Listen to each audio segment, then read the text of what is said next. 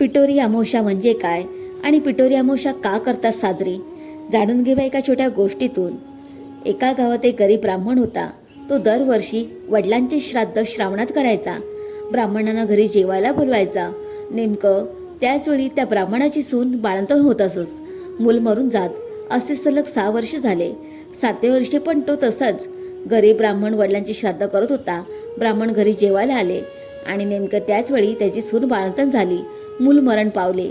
तेव्हा ब्राह्मण चिडतो आणि सुनेला बोलतो, तुझ्यामुळे माझा बाप 7 वर्ष उपाशी आहे. मेलेला मूल तिच्या ओटीमध्ये देऊन तिला घराबाहेर काढतो. ती ते मेलेलं मूल घेऊन जंगलात जाते. त्यावेळी तिकडे ज्योतिंग राक्षसाची बायको तिला वाटेत भेटते आणि विचारते, तू एवढ्या रात्री जंगलात काय करतेस, कोठे जातेस? माझा नवरा राक्षस येईल, तुला मारून खाऊन टाकेल. ती ब्राह्मणाची सून बोलते, त्यासाठीच मी आले.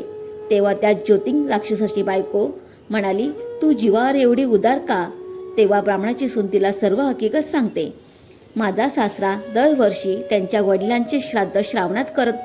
त्याचवेळी मी बाळंतण होऊन मूल मरून जात आणि घरी आलेले ब्राह्मण उपाशी जात. असे 6 वर्ष झाले आणि आताही तसेच झाले. सासरे बोलले, तुझ्यामुळे माझा बाप 7 वर्ष उपाशी आहे. ते मेलेलं मूल माझ्या ओटीत देऊन मला घराबाहेर काढले. मग मी इकडे आले. तेव्हा राक्षसाची बायको बोलते, तू घाबरू नकोस, अशीच थोडी पुढे जा. तिकडे तुला एक बेलाचे झाड लागेल आणि एक शिवलिंग लागेल. तिकडे देवकन्या, नागकन्या, 7 अप्सरा येतील. शिवलिंगाची पूजा करतील. खीरपुरीचा नैवेद्य दाखवतील. मग विचारतील, अतिथी कोण आहे? तेव्हा मी आहे म्हणून सांग. तुझी सर्व हकीकत त्यांना सांग. ब्राह्मणाची सून ठीक आहे बोलून तिकडे जाते. तिला बेलाचे झाड दिसते. मग आजूबाजूला बघू लागते. शिवलिंग दृष्टीस पडते. तिथे जवळच असलेल्या झाडावर जाऊन ती लपून बसते. थोड्या वेळाने देवकन्या, नागकन्या, 7 अप्सरा तिकडे येतात. शिवलिंगाची पूजा करतात. खीरपुरीचा नैवेद्य दाखवतात. तेव्हा अतिथी कोण आहे असे बोलतात. मग ब्राह्मणाची सून झाडावरून खाली उतरते. मी आहे असे बोलते.